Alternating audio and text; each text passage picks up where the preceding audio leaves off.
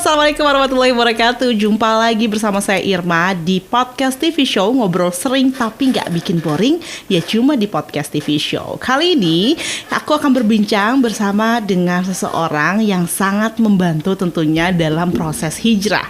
Kita tahu bahwa hijrah di saat ini sepertinya sedang gencar-gencarnya ya. Banyak orang yang melakukan aktivitas hijrah yang memang sebenarnya itu adalah satu kewajiban. Nah, hijrah sendiri sebenarnya pemirsa itu adalah satu aktivitas di mana kita melakukan sesuatu yang baik menuju ke arah yang lebih baik. Jadi nggak selalu melulu harus diawali dengan sesuatu yang buruk, melainkan jika kita ingin berhijrah, artinya kita sudah memastikan kita senantiasa membuat hari yang akan datang itu menjadi hari yang lebih baik daripada hari ini. Nah, jadi artinya aktivitas hijrah sebenarnya sebuah aktivitas yang harus selalu kita lakukan pemirsa dalam setiap kegiatan kita di setiap harinya.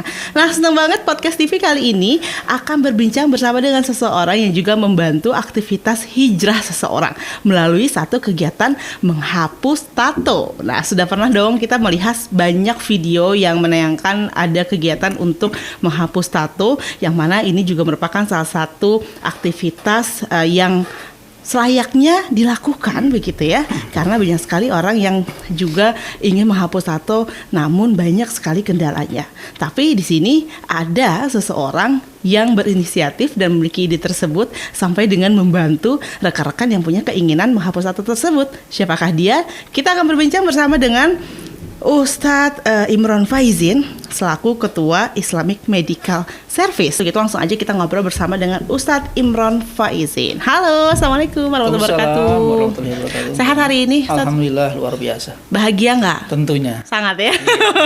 Saya juga sangat berbahagia sekali. Kita punya kesempatan untuk ngobrol bareng sama Ustadz Imron Faizin tadi selaku Ketua Islamic Medical Service. Tadi juga sudah ditayangkan ya video mengenai IMS itu sendiri. Tapi sebenarnya untuk pemirsa yang mungkin juga tadi ketinggalan di segmen awal begitu ya, di awal-awal opening, boleh diceritakan sebenarnya apa sih Islamic Medical Service itu? Ya, bismillah. Islamic Medical Service merupakan lembaga sosial kemanusiaan yang bergerak di bidang kesehatan. Lembaga sosial kemanusiaan yang bergerak di bidang kesehatan. Kesehatan apa? Banyak hal yang sudah kita lakukan. Yang pertama, kita punya program namanya APBN atau kita kepanjangan dari Aksi Peduli Bencana Nusantara. Jadi ketika ada bencana kita selalu mengirimkan tim medis serta perlengkapannya. Kemudian ada program kita GPS.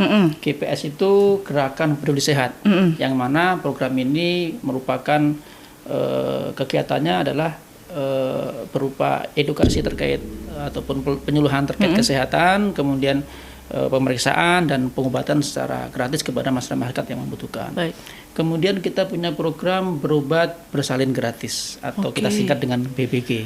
Ya, yang mana di program ini kita memberikan fasilitas kepada saudara-saudara kita yang memang kurang beruntung untuk mendapatkan layanan pengobatan secara gratis dan bersalin juga secara gratis.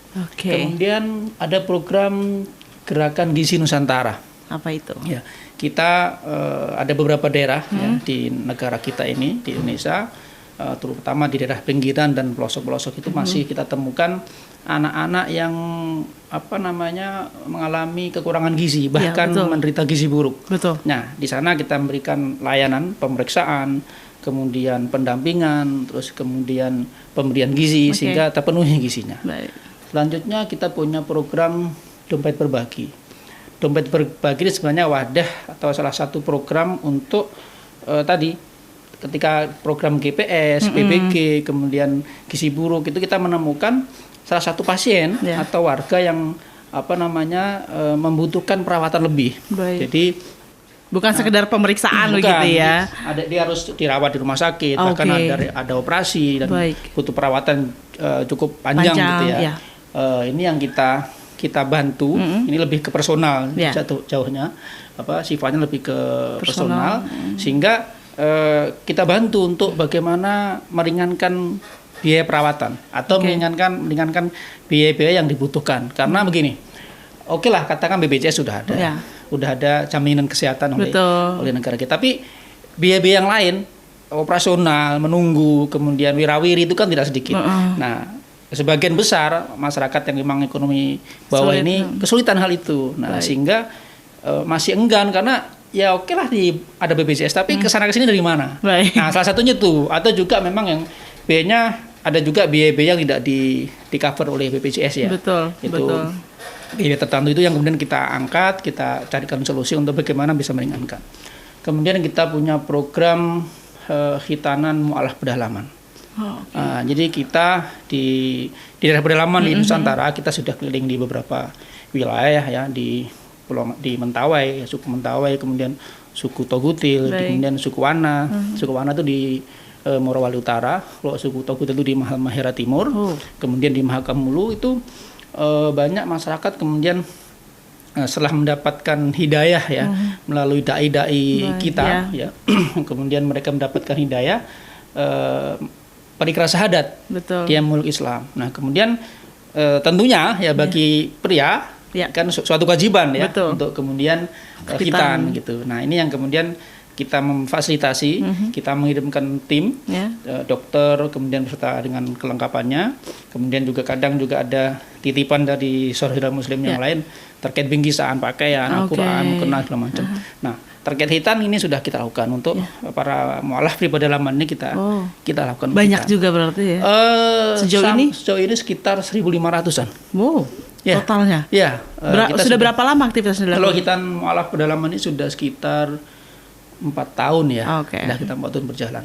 Jadi dalam setahun itu minimal sekali kita jalan, tapi kita usahakan bisa 2 kali ke daerah pedalaman. Kemudian kita punya program klinik duafa juga ya. Ini sedang kita mulai untuk pendirian beberapa klinik untuk teman-teman yang memang kekurangan terkait biaya ya. Silahkan datang ke klinik. Kemudian kita memang ada tarif. Namun ya semampunya, kalau memang nggak ada ya kita gratiskan.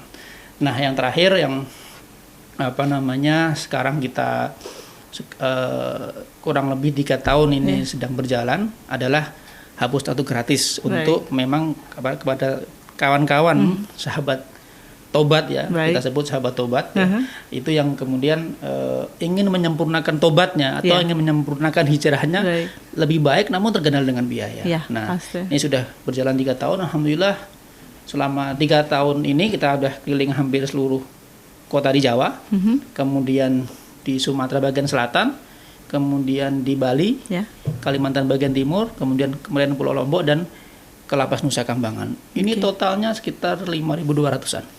5.200 orang yang sudah menerima manfaat layanan hapus tato ini.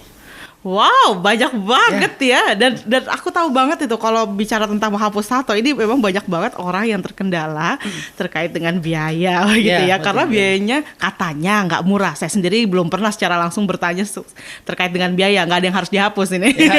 Tapi artinya ketika mendengarkan ada kawan-kawan begitu ya, saya dengar hambatan yang paling berat salah satunya adalah dengan biaya tersebut, hitungannya per senti atau bagaimana sehingga mereka merasa udahlah nanti aja, udahlah kapan-kapan aja sampai ada mungkin pertolongan yang lain begitu ya. Dan mungkin dengan kehadiran dari IMS ini bisa memudahkan orang-orang yang ingin menghapus tato tersebut begitu ya. Dan nanti menjadi pertanyaan selanjutnya nih pemirsa, sebenarnya bagaimana sih proses dari IMS sendiri memberikan pelayanan penghapusan tato gratis juga.